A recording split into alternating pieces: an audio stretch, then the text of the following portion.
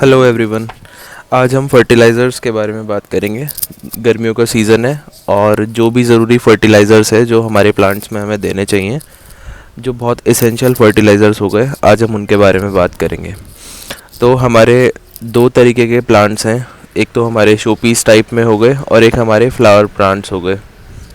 तो जो हमारे फ्लावरिंग प्लांट्स हैं उनमें फर्टिलाइज़र्स देना बहुत ज़रूरी हो जाता है। जो हमारे जस्ट लाइक शोपीस प्लांट हैं उनमें तो बस हम जो नाइट्रोजन भी अगर फीड करेंगे तो वो भी बहुत रहेगा। तो नाइट्रोजन का सोर्स तो हम उसमें खाद डाल सकते हैं, हम उसमें जैविक खाद डाल सकते हैं, वर्मी कंपोस्ट डाल सकते हैं। लेकिन जो हमारे फ्लावर के प्लांट्स हो गए उनमें तो हमें अलग से और भी न्यूट्रिएंट्स प्रोवाइड कराने होते हैं। तो आज मैं आपको बेसिक से 3 न्यूट्रिएंट्स बताऊंगा जो हम फ्लावर, जो हमारे प्लांट्स हैं, जो हमारे फ्लावर देते हैं उनमें डालते हैं तो और अच्छे से मतलब फ्लावर ब्लूम करते हैं, ज़्यादा क्वांटिटी में फ्लावर्स आते हैं। तो ये 3 चीज़ें मैं हर सीज़न में यूज़ करता हूँ, सर्दियों में भी और गर्मियों में भी। हर मतलब 2 महीने में इनकी एक बार फीडिंग मैं ज़रूर करा देता हूँ। तो मेरे पास इसेंशियली 3 चीज़ें हैं। पहला हमारे पास डीएपी है और इसमें फिर दूसरा हमारे पास ये हमारा पोटाश हो गया और तीसरा हमारे पास बोन मील है। हम डीएपी इसमें क्यों यूज़ कर रहे हैं, डीएपी में ख़ास क्या है जो हम इसे फ्लावर प्लांट्स में ही डालेंगे। डीएपी में ज़्यादा कुछ नहीं होता, ये भी एक एनपीके की तरह ही सोर्स होता है। बस इसमें जो रेशियो होता है वो नाइट्रोजन का बहुत ही कम होता है और फॉस्फोरस का बहुत ज़्यादा होता है और पोटाश का कम होता है। तो इसलिए मैं डीएपी यूज़ करता हूँ, क्योंकि हमें सबसे ज़्यादा फ्लावर प्लांट्स में हमें पोटेशियम का ही यूज़ करना होता है। तो अगर मैं एनपीके का यूज़ फ्लावर प्लांट्स में ज़्यादा नहीं करता, क्योंकि नाइट्रोजन तो ऑलरेडी हम उनको खाद के रूप में दे देते हैं।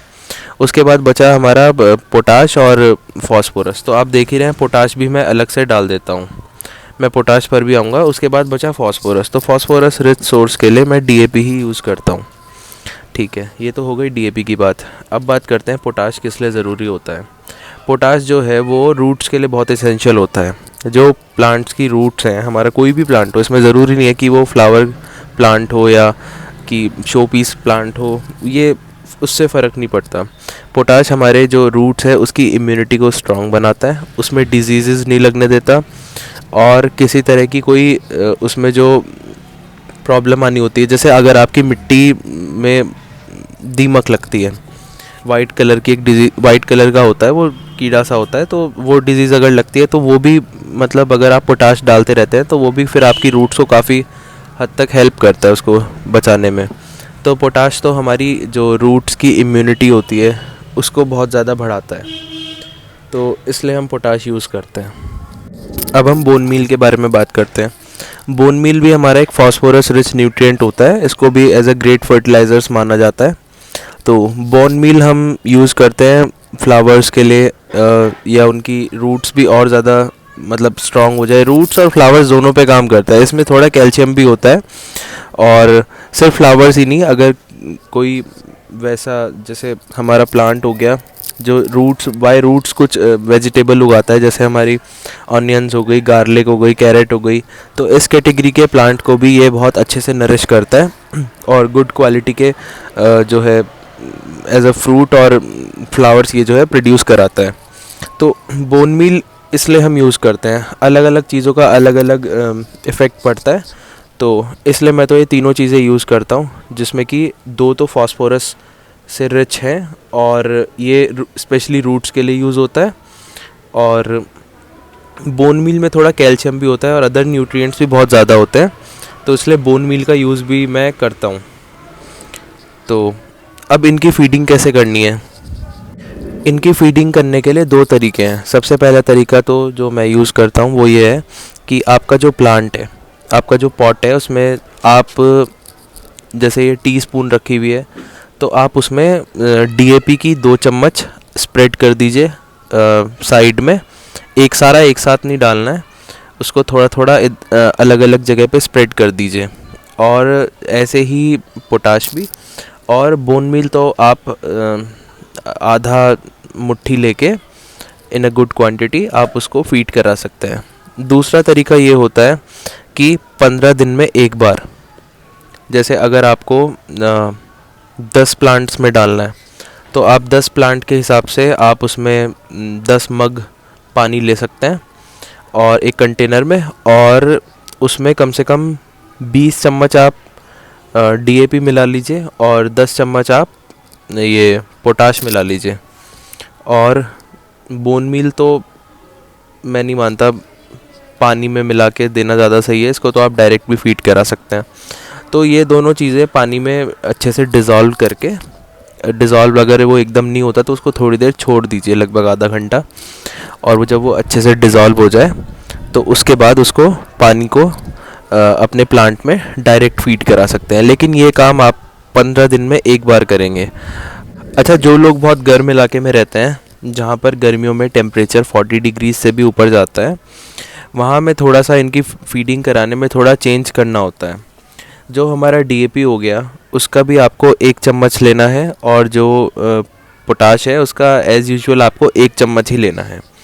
जो हमारी ये बोन मील हो गई, इसकी जो आपने आधी मुट्ठी की फीडिंग कराई थी पॉट में, ये आपको 1 मंथ में एक बार करनी है। और जो 1 चम्मच पोटाश का तरीका है और 1 चम्मच ही डीएपी जो मैंने बताया है, ये महीने में एक बार हो जाता है, क्योंकि ये भी थोड़ा गर्मी ज़्यादा होती है और अलग से हम इसको ये फर्टिलाइज़र्स फीड करा रहे हैं, तो इसमें थोड़ा बना रहता है कि हम ज़्यादा ना करा दें कि प्लांट जल ना जाए। ऑलरेडी उसे मतलब बहुत गर्मी झेलनी होती है, जहाँ 40 डिग्री से ऑलरेडी ऊपर जा रहा है, तो इसमें उन चीज़ों का भी बहुत ध्यान रखना है। हमारे यहाँ तो बहुत ठंडा रहता है, तो इसलिए हम 2 चम्मच भी फीड कराते हैं, तो उसके लिए बहुत अच्छा रहता है। तो जैसा कि आप देख रहे हैं, मेरा बोगनवेलिया का प्लांट है और इसमें मैंने अच्छे से खाद डाला हुआ है, जैविक खाद डाला हुआ है, तो ये as a good source of nitrogen act करेगा। अब हम इसमें डीएपी डालते हैं, तो मैं तो ये टीस्पून लेके और जो हमारा डीएपी हो गया इसको अच्छे से इसमें साइड में स्प्रेड कर देता हूँ। जैसे ये आप देख ही रहे हैं, इसको 2 चम्मच लेके इस तरह से मैं स्प्रेड कर देता हूँ।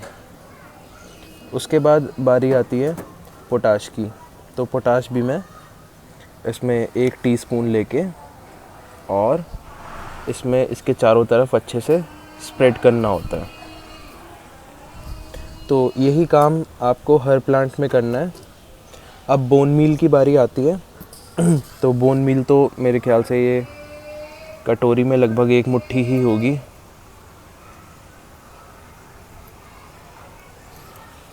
ये अच्छे से लेके आपको इसमें स्प्रेड करनी है, बल्कि थोड़ी ज़्यादा ही डाल देता हूँ। ये हमने बोन मील डाल दिया। अब इसको आप अच्छे से मिक्स कर लेना है।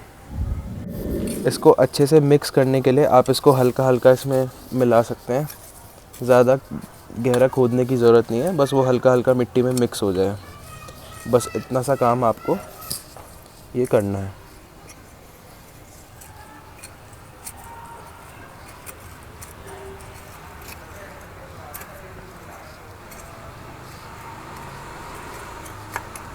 तो ये काम आप हर 15-20 दिन में या 1 महीना में भी आप इसको रिपीट कर सकते हैं। तो एक्स्ट्रा जो है फर्टिलाइज़र्स के थ्रू न्यूट्रिएंट्स मिलने पे ये अच्छे से फ्लावरिंग करता है, और जो सिर्फ खाद होती है वो सिर्फ as a rich source of nitrogen होती है, तो वो इनफ नहीं होती कि हमारा जो प्लांट है वो बहुत अच्छे से फ्लावरिंग करे।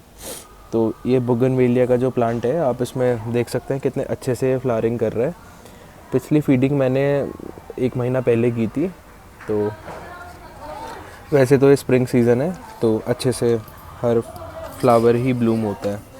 तो thank you guys for watching.